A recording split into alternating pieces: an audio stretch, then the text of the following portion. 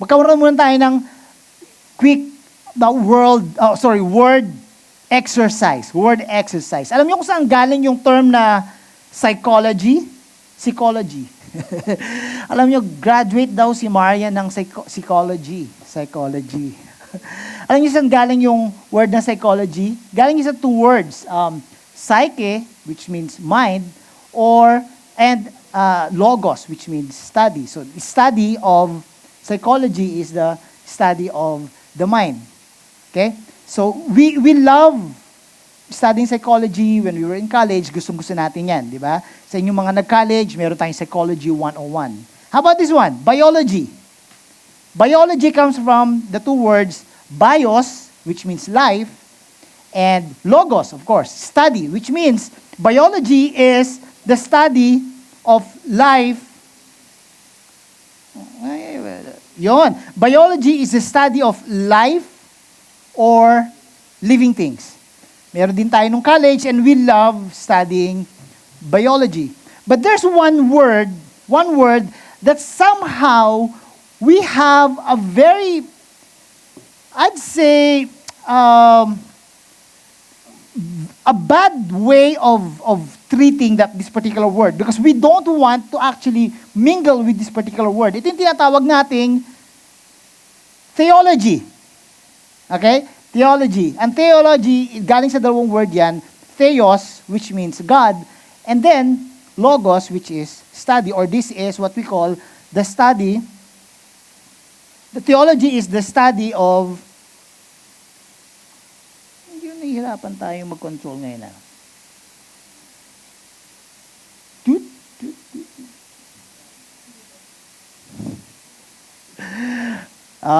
Teka.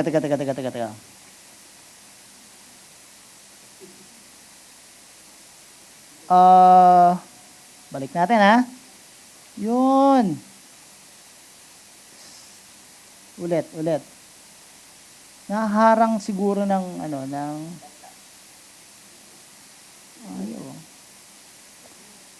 Ha? Siguro kailangan natin ng ng manual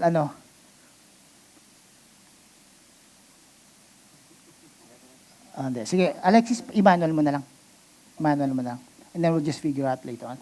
Okay, so theology. Nasa theology na tayo. Ang theology is the study of, theology is the study of God or the things of God. When we talk about theology, when we understand and when we hear the word theology, what we normally have in mind is that this is not for me. Di ba? Sa mga pastor lang yan o kaya sa mga pari, yung theology. Hindi natin gustong pag-aralan ang theology. And this is also prevalent in a lot of churches. When we talk about theology, ang iniisip natin, mahihirap na mga terminologies yan.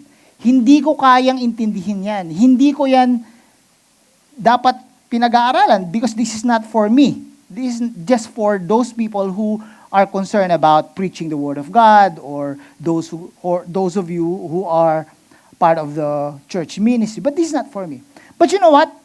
Theology is basically you understanding who God is. That's what theology is. In fact, here at Love City Church, every Sunday, we talk about theology. Hindi lang natin sinasabi na theology yung pinag-aaralan natin.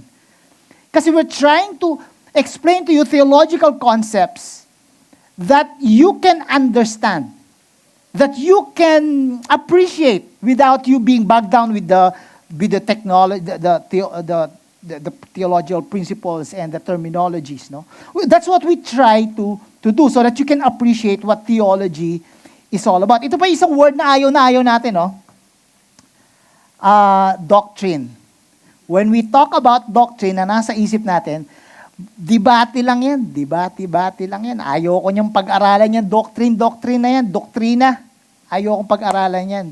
Alam niyo ba na indoctrination happens every day sa inyo? Alam niyo kung saan kayo unang-unang nakaka-receive ng indoctrination? TikTok, Facebook, YouTube. Yang mga platforms na yan, every single day, you're being indoctrinated in the way you look at life, Kita nyo, meron nga akong mga friends eh. Di ba? Merong isang concepts na gusto mo malaman, tinanong mo sa kanya, ang isesend sa'yo ay YouTube link. YouTube link or Facebook link or yung iba, wow, sinishare sa amin sa aming mga, meron ba kayong ganito? Every day, di ba meron tayong mga GC? GC ba tawag doon? Group chat, GC. Mga nagko-forward ng TikTok videos. Di ba? Sometimes for fun, sometimes they are trying to preach a particular concept in life. No? Doctrine yan, tawag dyan, doctrine. Okay? And so, even here, at Live City, you get, your doctrine every day sa TikTok, sa YouTube, sa Facebook.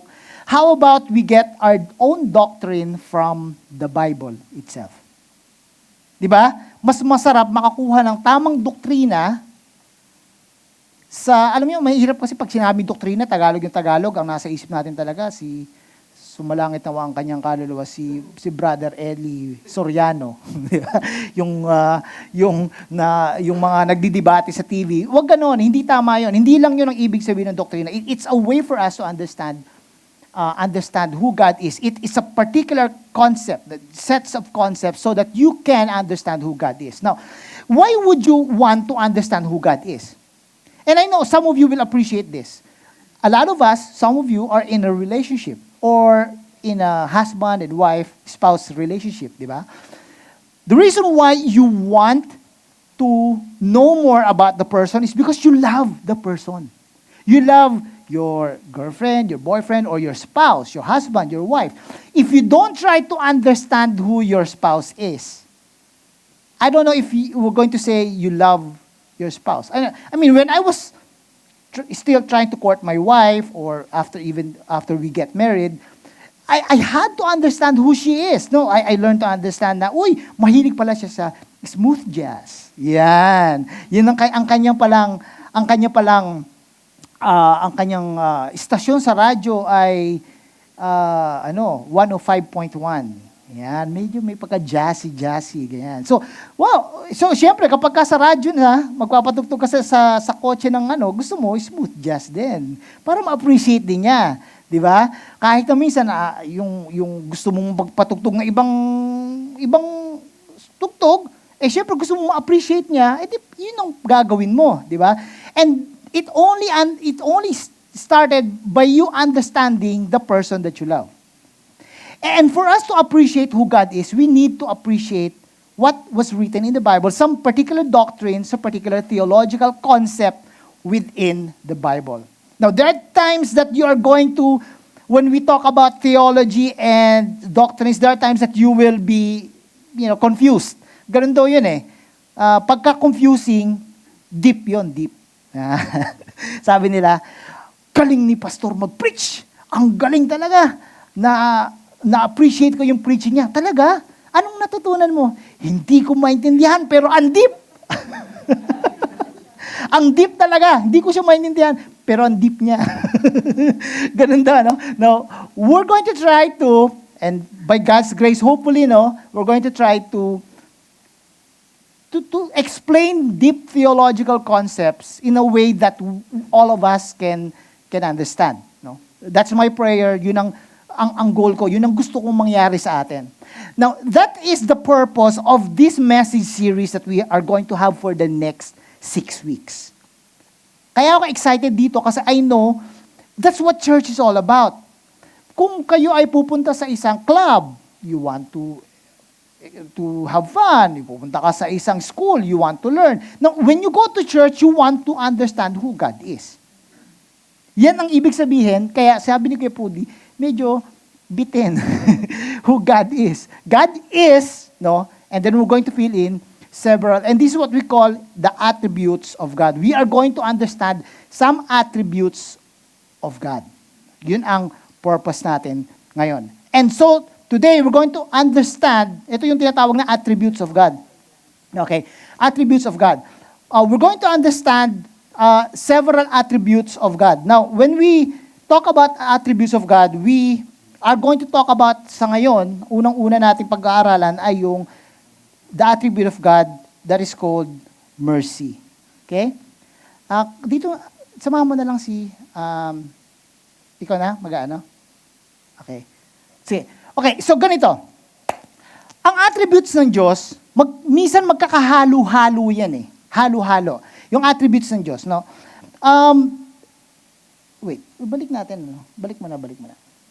Okay?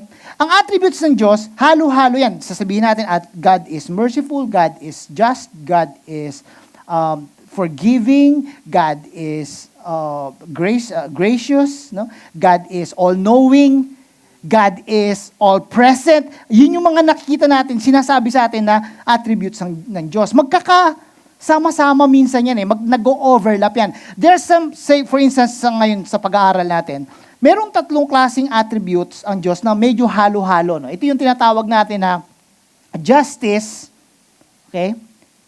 Justice, okay, yan. Justice, grace, and mercy. Okay, so ano na tayo? Masettle na tayo. Yan, settle. Sa ating mga, medyo may tech issues tayo sa ating slide. So, 3 yan. Justice, grace, and mercy. Okay? 3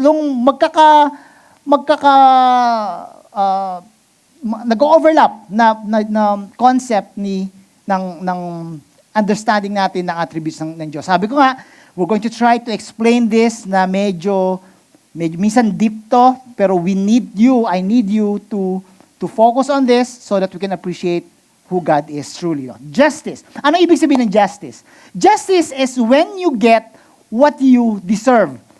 Ito yung gustong-gusto natin. Kapag ka merong pumatay na tao, sabi natin, kailangan makulong yan. Justice must be served. Gusto natin yan.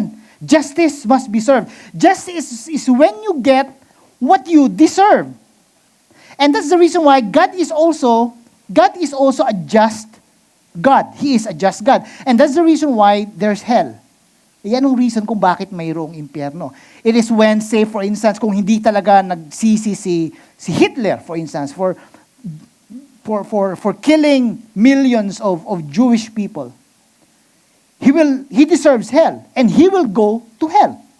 Okay? And that's the reason why we say God is also just. Yung grace naman is grace when we get what we don't deserve.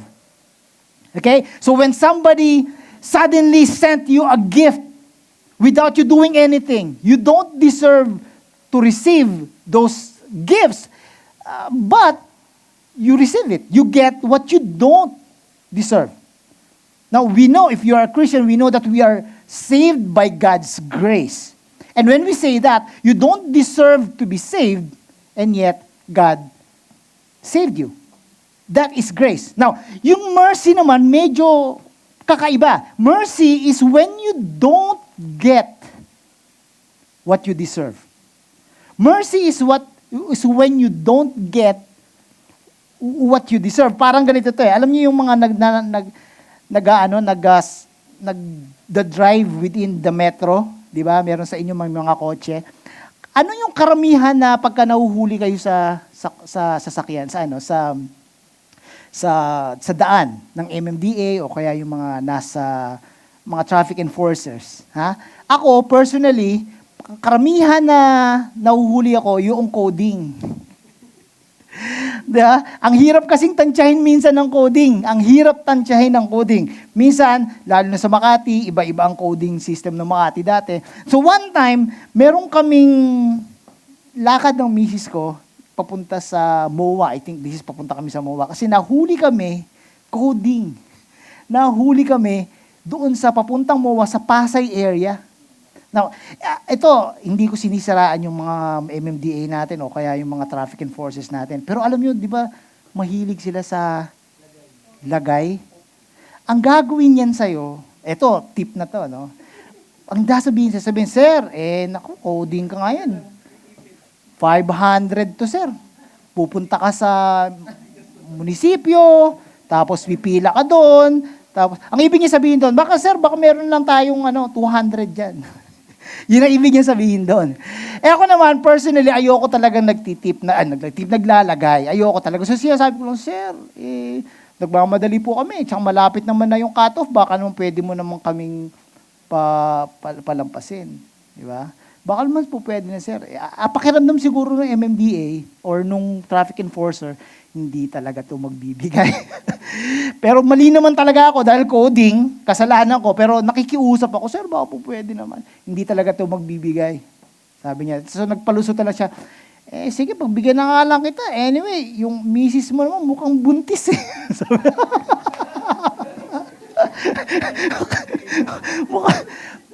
hindi buntis yung misis ko nung time na yon. At hindi rin siya mukhang buntis nun, ha? Hindi siya mukhang buntis nun. Kasi medyo sexy ang misis ko na yan. Di ba? Hindi siya mukhang buntis. Pero dahil sa, alam mo naman, kailangan na siyempre makalampas, tawag dito? Pinanindigan niya na lang. Oo nga, sir. Oo nga, sir. Pinagbigyan na tuloy kami kasi buntis daw yung misis ko. Okay, that's mercy. I deserve to pay the fees, but because of the very gracious MMDA officer, pinalampas na lang kami. That's mercy. God is also a merciful God. And that's what we're going to talk about today. This mercy that God has shown us is very much shown in the verses we're going to be talking about today. And Kuya Prudy read this with you, all of us, this afternoon. We read it from the the New International Version, NIV. And I'd like to also request you to follow along with me if you want to. Dito sa Live City Church, ang ginagamit natin yung YouVersion Bible app. You can highlight it because this is one of the most beautiful set of verses that we're going to talk about when it comes to the mercy of God. I-describe niya dito ni Paul kung ano ba talaga ang ibig sabihin ng mercy ng Diyos.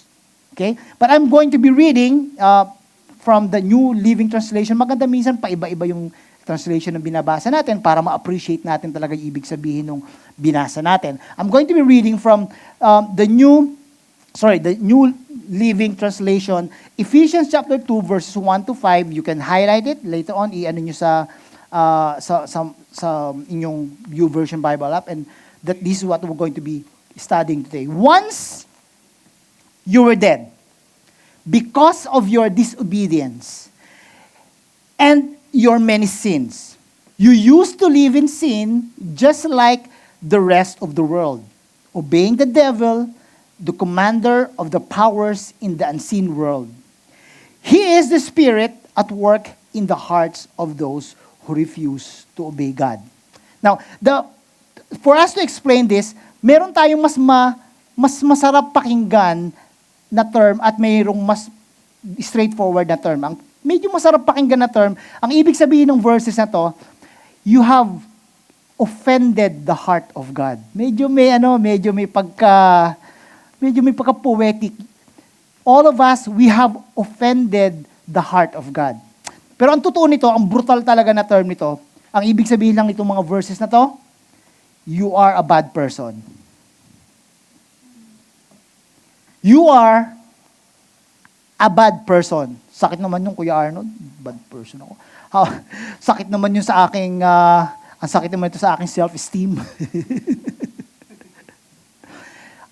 I'm going to try to illustrate to you why the Bible says we are a bad person. That you are dead of your disobedience and your many sins. That you used to live in sin just like the rest of the world, obeying the devil. Ano ibig sabihin nito? Who among you here has lied or has never lied since birth? Taas ang kamay. Sinong hindi pa nagsisinungaling dito since nung bata ka pa, mahilig ka na sinungaling, di ba? Pagka sinabi mong hindi ka nagsisinungaling ka. All of us, we are all liars. Baka kahapon lang may nagsinungaling ka sa nanay mo, sa tatay mo, o sa asawa mo, di ba? We're all liars. Now, who among you here has killed someone? Wala pa? Meron na? No. Di ba? All of us, you know what? Even if not any one of us here in this room has killed someone, the Bible says, just for you, and this is what Jesus Christ said, if you have anger in your heart towards your brother, or anyone, if you have anger in your heart, it's as if you have committed murder. In the eyes of God, you are a murderer if you have this anger in your heart. Now, my question is, sino sa atin dito ang hindi namuhi sa tao? Yung napakabait mo, yung tipong sinusunto ka na, sinisipa ka na, pinagwawalang yaan ka na, hindi ka pa rin nagagalit. Wala, okay lang, chill lang ako. I don't think if, by human nature, and we're going to talk about this later, by nature, when somebody did something bad to us, our heart says, I want to kill this person. Gusto kong patayin tong hindi ko kayang gawin, pero gusto ko talagang patayin tong tao na to. Yun ang nasa puso natin. And that's why Jesus Christ said, if you have this anger in your heart, you have committed murder in your heart. Now, ito pang sabi ni Jesus. Sino dito sa atin ang adulterer? Nangalo niya. Ha? Maaring meron sa atin dito na in the past who did that, or maaring wala. But you know what Jesus Christ said? Jesus said that if you have looked lustfully, men, even women, no? If you have looked lustfully at somebody else, you have committed adultery in your heart. And that's all of us. At some point in your life, you have done that. At some point in your life. And so, reviewin natin ha. We are all liars, murderers, adulterers. Sino dito ang Sino dito ang mabait? Ha? If you are liars, adulterers, murderers, all of us, the Bible says, we are dead in our sin. You are all bad persons. All of us are bad people. All of us deserve. Now, when I say all of us are bad people, bad persons, when I say you are a bad person, I didn't mean that you are not capable of doing good things. Hindi yung ibig sabihin. Obviously, we can do good things. Diba? We can serve the church, we can serve other people, we can be generous to others, we can love our friends, our neighbors, we can love our parents. That's not what I meant, no? But the reality is that while you are even doing these good things, still there's evil in our hearts. We are bad people. That's what the Bible is saying. We are obeying the devil. You don't have to be a satanista. Hindi ka kailangan maging satanista para sabihin natin na we are obeying the devil. When you do something that is against the heart of God, you are, according to the Bible, you're obeying the devil. You're obeying the devil. Sabi sa sumunod, let's all continue, verse 3. Sabi dito, all of us used to live that way, following the passionate desires and inclinations of our sinful nature. Ito yung sinasabi ko kanina. Lahat tayo, we have this sinful inclination. Kahit bata ka pa, you always have this tendency. Meron akong mga anak. Ang anak ko, isang 13 years old, si Arwen, na nag-ooperate siya ngayon ng camera. Aba, galing ng baby ko ngayon na operator ng camera. Sigurado ka bang nakatama sa akin yan ngayon? Okay lang. Okay. Okay, so, yeah, meron akong 13 years old and 18-year-old son. Now, for those of you who grew up, I know all of us grew up from childhood, alam natin yung inclination natin to do bad things. You don't have to teach a child to do bad things. Di ba? You only have to let them live their lives. And I can tell you, by nature, they will do bad things. They will lie, they will cheat, no? Because that's our nature. Nature natin. Yan yung sinasabi ng Bible. That's our desires, our inclination. It's our sinful nature. Now, sabi dito, by our very nature, we are subject to God's anger just like everyone else. Because of you being bad, being a bad person, all of us being bad people, all of us who, because we have offended the heart of God, because we are rebelling against God, we are rebelling against the heart of God, we are running away from God. The Bible says that we deserve God's anger. We deserve God's anger. Nako, bakit ganon? Akala ko ba ang Diyos ay mapagmahal na Diyos? Di ba yung sinasabi natin? Akala ko ba mapagmahal ang Diyos? I thought God is a loving God.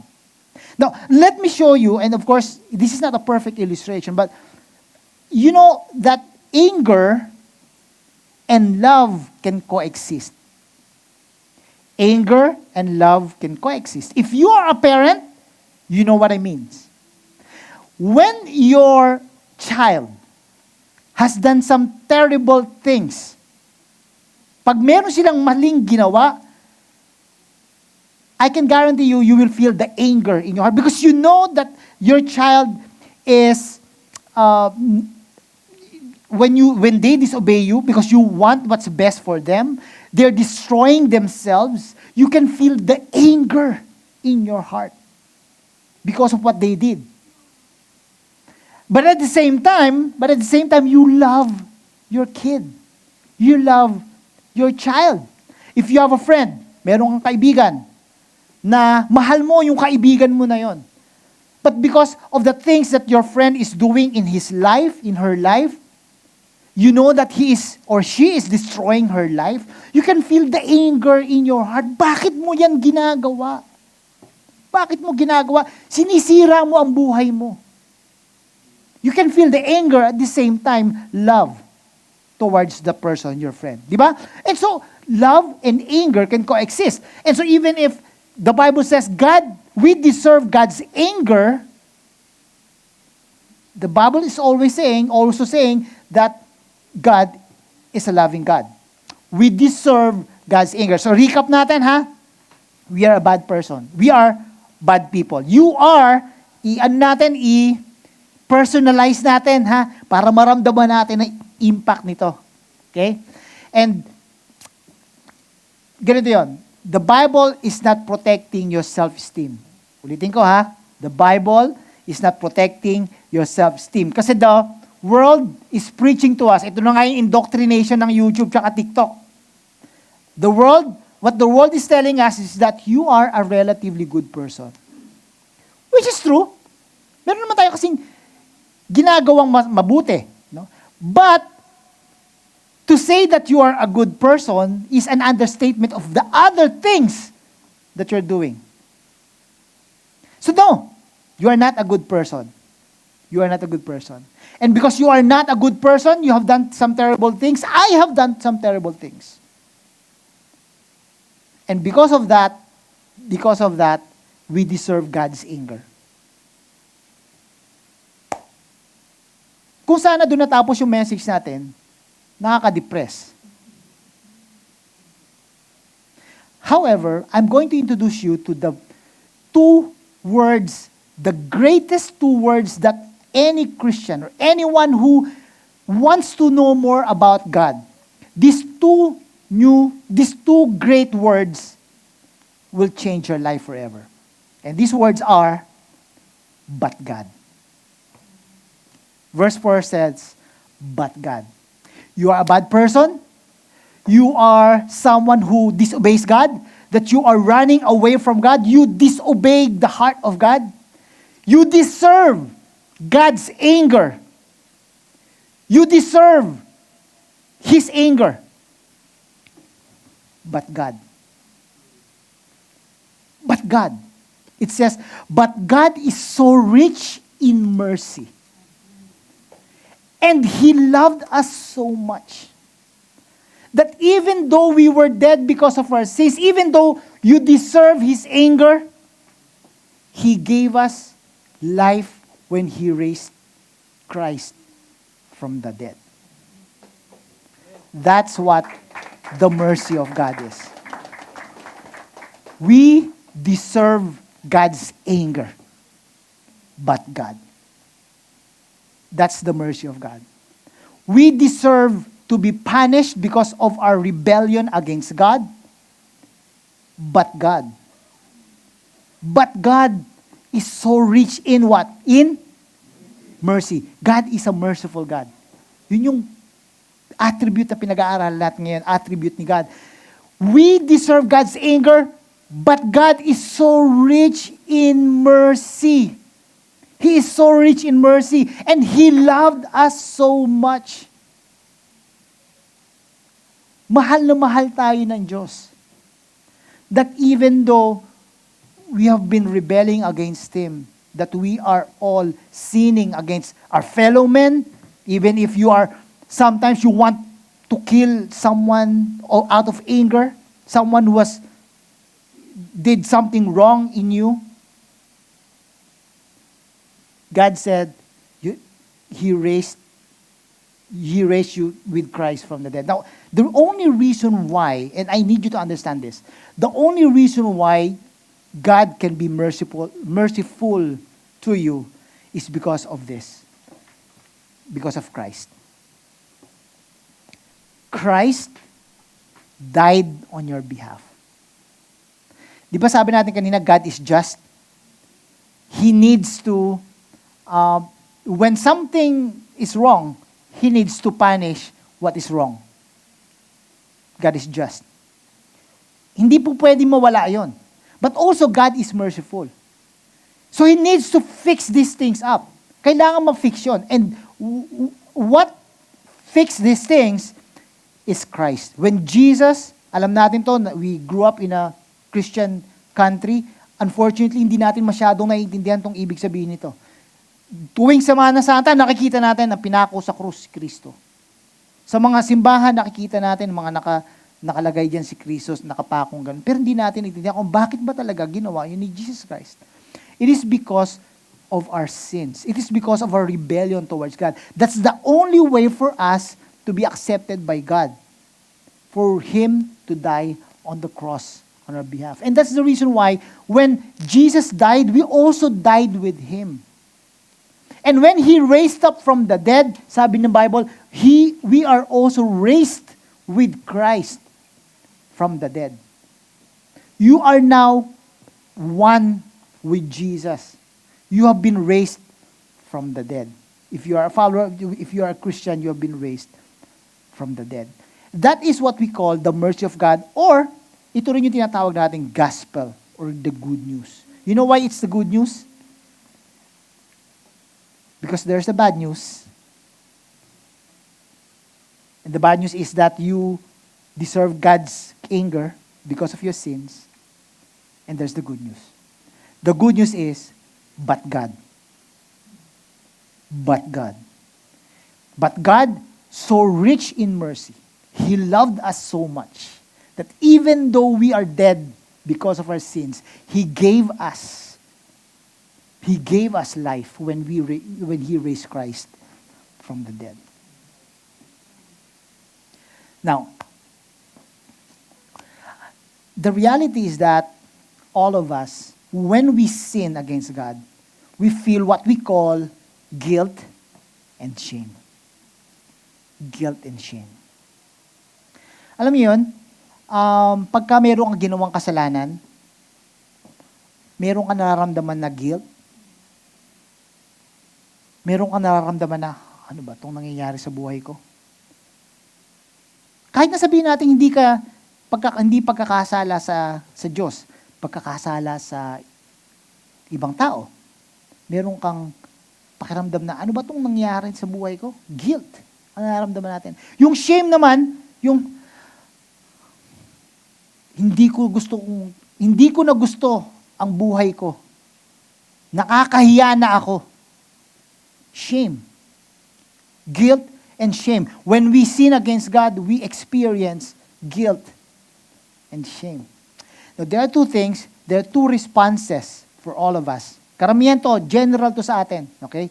Sa atin, when we commit sin, we experience guilt and shame. Dalawa yung response na normally ginagawa natin. Ito yon.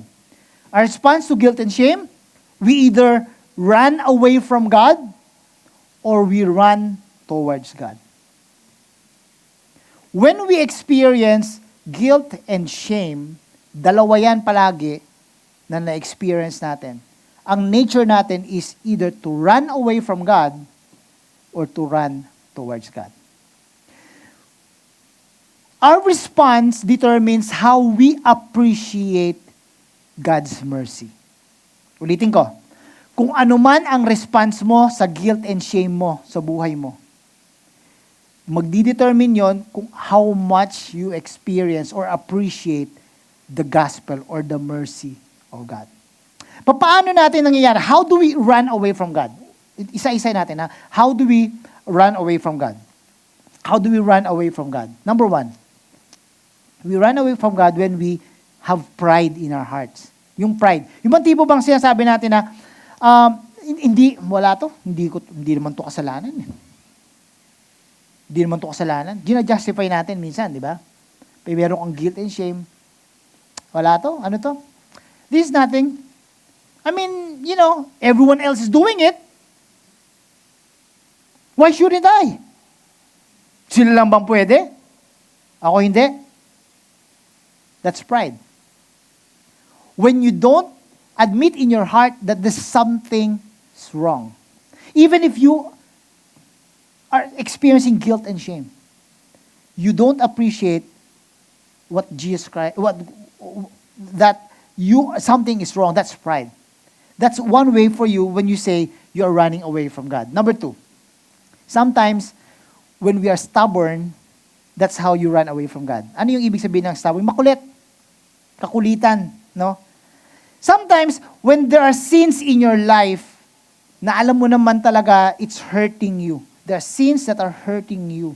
Whatever that is, you can determine it in your heart. If there's some sin in your life that maybe you're justifying, but deep in your heart, it's hurting you. Maybe it's hurting the way you relate with other people. Or maybe it's hurting you because you're hurting your relationship with God. Because if you are sinning against God, the reality is that, may hati yung inyong relationship with Him. Hindi mag-grow yung relationship mo with God. No? Sometimes when you are sinning, you're stubborn, you say, it's hurting you, it's damaging you as a person. That's how you run away from God. When you have guilt and shame in your heart, experiencing it, and yet you still stubbornly cling on to that guilt and shame and the hurt, you are running away from Him. Lastly, how do we run away from God? Apathy. Or, wala kang pakialam na dyan. Wala ka ng paki. Sometimes, when we don't care, when we don't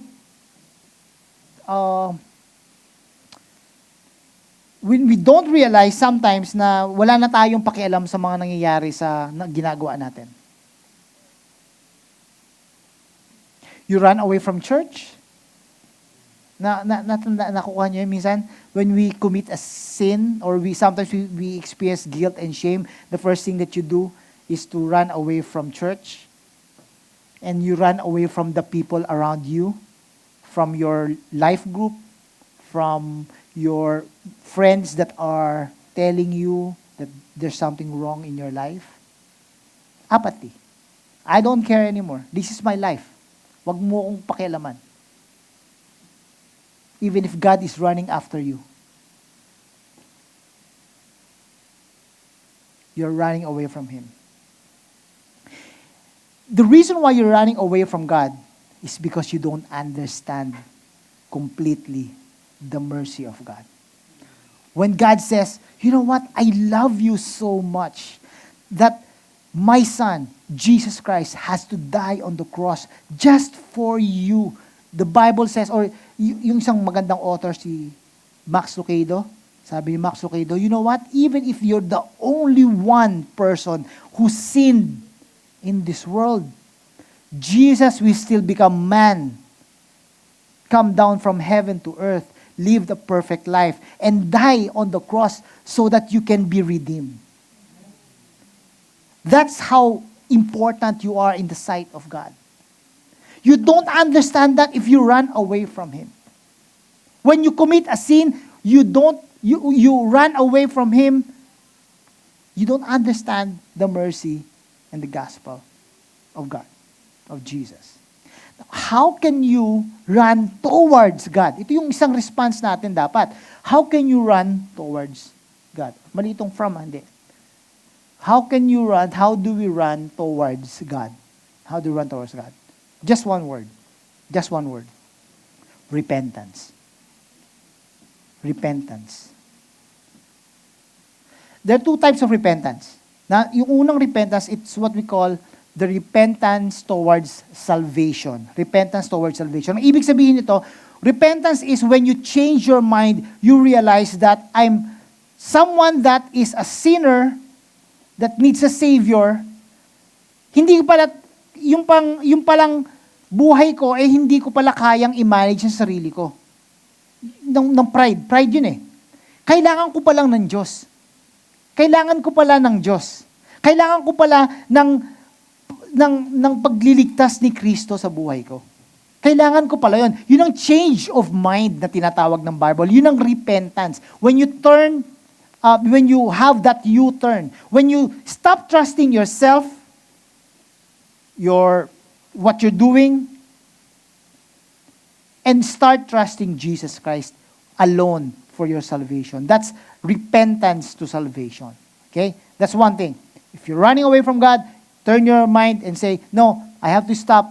I have to let God catch me and love me so that I can experience the love of God. Okay? That's repentance to salvation. Number 2, yung lifestyle of repentance. Ito yung tinatawag ni Martin Luther na the lifestyle of repentance. Alam niyo yung mga Kristiyano, kahit Kristiyano ka pa, totoo naman na every single day in your life, you are still bombarded by the opportunity to sin.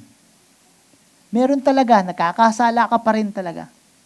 But because of the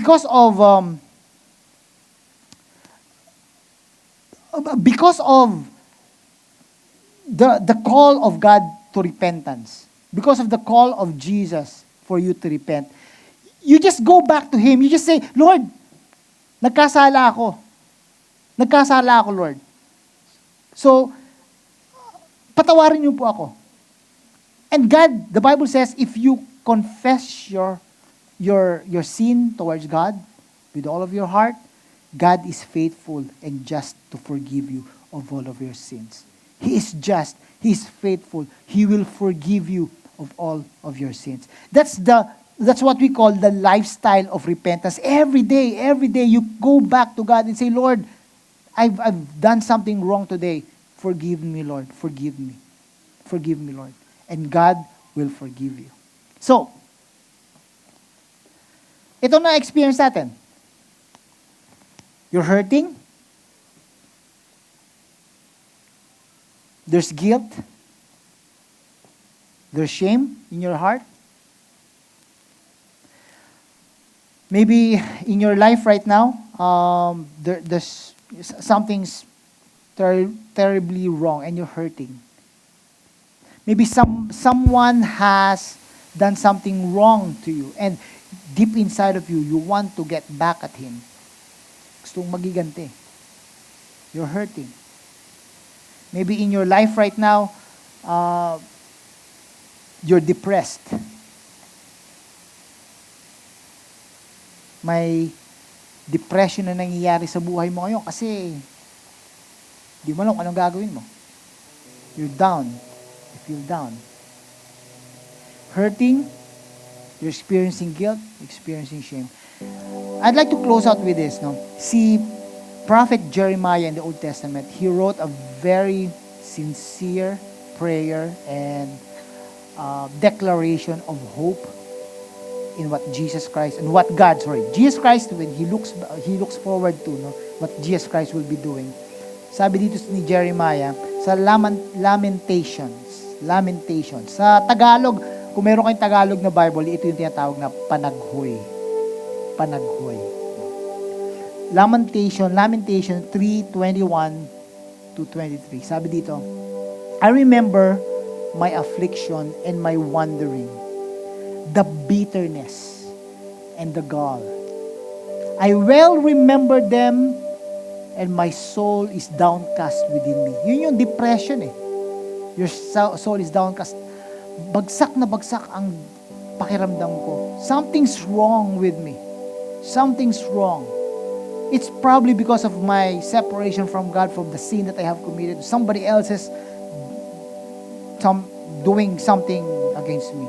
That's being downcast within me. Yet, sabi ni Prophet Jeremiah, yet, this I call to mind, and therefore I hope.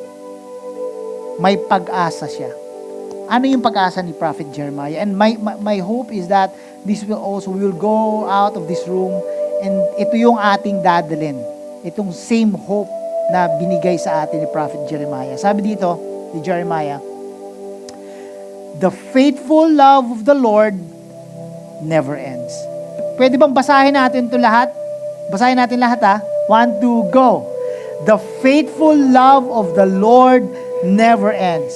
Tuloy natin. His mercies never cease. Great is His faithfulness. His mercies begin afresh each morning. It's new every morning. God's mercy is new every morning. You know why? Because He is merciful today, He is also going to be merciful tomorrow. You will find God's mercy not just today, not just for the things that you have done in the past. He is also still merciful tomorrow. You will wake up tomorrow and His mercy is still fresh. His mercies are new every morning. God is faithful. His faithful love of the Lord, the faithful love of the Lord, it never ends. That's what who God is. Yan ang Diyos para sa atin. Tumatakbo ka. You're running away from God. God is saying, no, you have to stop because my love for you never ends. I am a merciful God. Kahit ngayon, ngayon ayaw mong tumigil, tomorrow, bukas ng umaga, it is still the same. God is still the same. His mercies are also still fresh tomorrow. Bukas mo pwede ka nang tumigil sa pagtakbo mo. You stop and you recognize you need God. You stop today. You recognize, I need you, Lord. I need you. His mercies are fresh every morning. That's who God is. That's who God is. Let's all bow down our heads. Let's pray. Lord, marami pong salamat, Panginoon. Marami pong salamat. Hindi po namin maintindihan minsan kung bakit napakabuti nyo sa amin. Ang dami po namin kasalanan sa inyo, pero nandyan pa rin po kayo. Palagi nagpapatawad sa amin. You're a merciful God. You're a merciful God. Lord,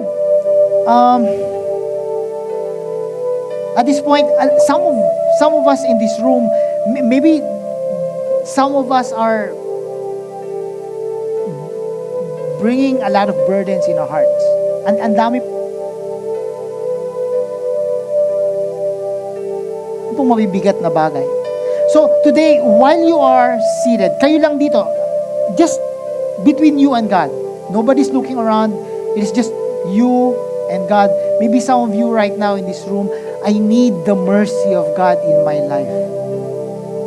I need Jesus. I need the mercies of God today. I need to stop running away from Him. You and God, just you and God. I need you to raise your hand. I need you to say, Jesus, I need you today. Raise your hand if that is you today and say, I need you. I see hands raised.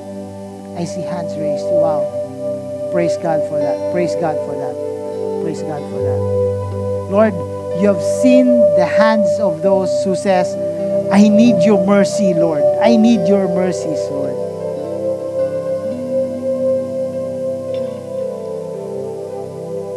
It's you, Lord, who can govern their hearts. Ikaw lamang po ang nakakaalam nito.